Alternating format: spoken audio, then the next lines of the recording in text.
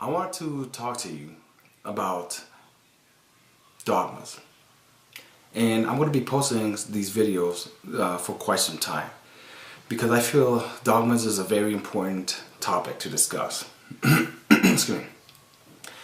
Now, again, whether you use the word dogma or religion, to me it's pretty much all the same. Now, under dogmas, what you generally find is people fall under pretty much four categories, and that's going to be agnostic, Gnostic, theist, or atheist. Now, agnostic and Gnostic is under knowledge, and so it's going to be I know that there is or I know that there is not. Atheist and theist fall under the premise of belief. It's going to be I believe or I don't believe. Now, to give you a simple example, let's take a look at a court case, for example, a murder trial. Now, generally, the prosecution is the one that's making the claim saying this person committed the crime. The defense is the one that's saying, well, why don't you provide the evidence to prove that this person committed the crime? And so, if the verdict comes back as not guilty, remember, there's never a thing of is he innocent or is he guilty? It's either guilty or not guilty. There's no innocent or not innocent, then guilty or not guilty.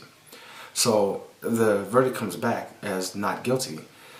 What the jury is saying is, you have not provided enough evidence and showed me beyond a reasonable doubt that this person is guilty of committing the crime. Therefore, I reject your claim and I must find the individual not guilty. I do not believe that the individual is guilty. Again, they're not saying that they believe that the person is innocent. Far from it. They're just simply saying that, again, they don't have enough information to prove that the individual is guilty. So therefore, they're letting the individual go by verdict of not guilty. Okay? Excuse me. Now, here's the thing. People get things mixed up quite a bit. Now, again, atheism is just simply, do I believe or do I not believe? It's just that simple. There's nothing else to it. So, a lot of times, what you'll find is people turn around and say, well, with atheism, they worship the devil, or, they also believe in the evolution theory and things of that nature. Again, no. It's just simply based off the claim of a God. Do I believe or do I not believe? It literally is that simple. Now, here's another thing to remember. If you look at the example I just gave with the court of law and with the theist and atheist, what you pretty much find is the theists are the ones that's making the claim, saying God exists. Well, the atheists are the ones that's turning around saying, well, you have not provided enough evidence to prove the claim. Therefore, I reject it overall, and I do not believe it. Now, again, like I told you, there have been conflicts fought over religion. Now, when I say conflicts, it does not have to precisely be between countries, nations, or things of that nature. It could be just individuals. And so, there have been a lot of atrocities done in the name of religion. And that's one of the reasons why I'm covering this topic. Now, let's take a look at for example, the Adam and Eve story. Okay. Now, the one thing that I guess we need to establish first is the claim that, God is all-knowing, all-powerful, all-benevolent. And so, here's the example I want to use. If I had a child that I knew loved chocolate cake, would it stand to reason that I would make that chocolate cake with some good frosting I know they love, put them in the kitchen and tell them they cannot go in, this is their boundaries, the kitchen, and then go grocery shopping for 2 or 3 hours and tell them before I leave that they cannot touch it? That does not seem to be reasonable. Yet we find that exact example with the Adam and Eve story. Here's a question I do have. If God was all-knowing, why would he put why would he put the tree of the knowledge of good and evil in the Garden of Eden so they can be tempted and they can actually eat of it. Doesn't make sense. Knowing good and well that they would eat it and then turn around and punish them for it. What kind of sense is that? Now, I will be approaching this whole thing with questions. I will not be making any claims, because generally the person who makes a claim has the burden of proof to prove those claims. And so I rather much come out with questions so we can ascertain from a logical standpoint whether there's validity to the claim or not. So here's another question I have on the same thing with Adam and Eve. You know, everybody say that Adam and Eve committed the first sin, they disobeyed God. And I guess you can kind of look at it that they did disobey. But here's another thing that people don't really look at.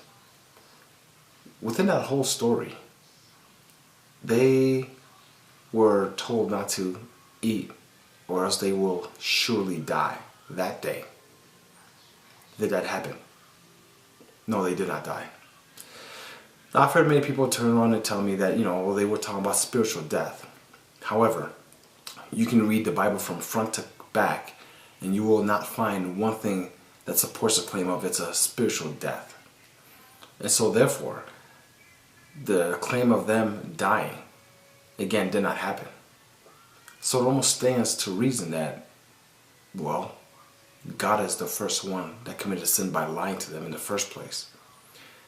And if you look at it that way, then Satan, or the devil, the snake, the serpent, is the one that actually told them the truth. Because he turned around and said, oh no, you surely will not die. Now, there's also a thing in there to where the reason why they were not supposed to eat, because they would be like the gods and they would know good and evil. Here's the thing. Knowledge is always good as far as I'm concerned. This is how we have advanced over centuries, over millenniums. Knowledge. And so, can we fairly say that by them having knowledge of good and evil was a bad thing? Well, knowing the difference between good and evil is how we got a whole bunch of other things, whether it's morals, sense of, okay, well, maybe I should not approach this because it could be harmful. Whatever the case is, we've gotten a lot of other knowledge from the fact of knowing good and evil. Now, I don't want to get off topic, so I'm going to bring myself back to what I originally was talking about. And that's the dogma itself of, does the claim of God exist? Is the claim of God existing true? Now, again, with the Adam and Eve example, that's just one simple example of many questions that I will be posing. Here's another one, and we will discuss this one further down the road a little bit more. Cain and Abel were the only two besides Adam and Eve. Well, Cain killed Abel. When you look at the Bible, the next thing you see is Cain has a wife, and then he has children. Now, before his children, let's just take a look at Cain and his wife. If you look at who should have been on the earth at the time, it would have been Adam and Eve, Cain and his wife, because of course he killed Abel again. So, who did Cain marry and have sex with? His sister? Here's the thing. In today's society, we would not accept that. We would not turn around and say, having carnal relations with our siblings is okay. Yet, that's what it almost seems happened. Like I said, I'm going to touch on these topics a lot more in detail. And I just want to simply, like I said, approach them with questions. Because that's what I do have, are questions. Now, I'm going to be covering many different topics. And they may be in the Bible, they may be from the Quran, or what have you. But it's going to be, again, on dogmas. So, hopefully you will take this journey with me, and we will maybe address a lot of these questions. And at the very least, hopefully those who do believe in these things, when presented with logic and reason on the validity of them, at least they will think and say, let me examine this again. one thing I found is so many people make up excuses for what is it they believe. And I've met up with so many where I've asked them these questions and they turn around and they look at the evidence and they say, wow, that's good, that makes sense. But I'm still going to believe what I believe. And that's all fine, because this is not about changing your beliefs. Because, quite frankly, I cannot and will never do that. Only you can. Only the information that you have in front of you is what can facilitate your changing your mind as to whether you do or do not believe. So until next time, hopefully you'll think about these questions. Maybe we'll address them a little bit, at the beginning of the next video, and then proceed on to others. Until then, have a nice day.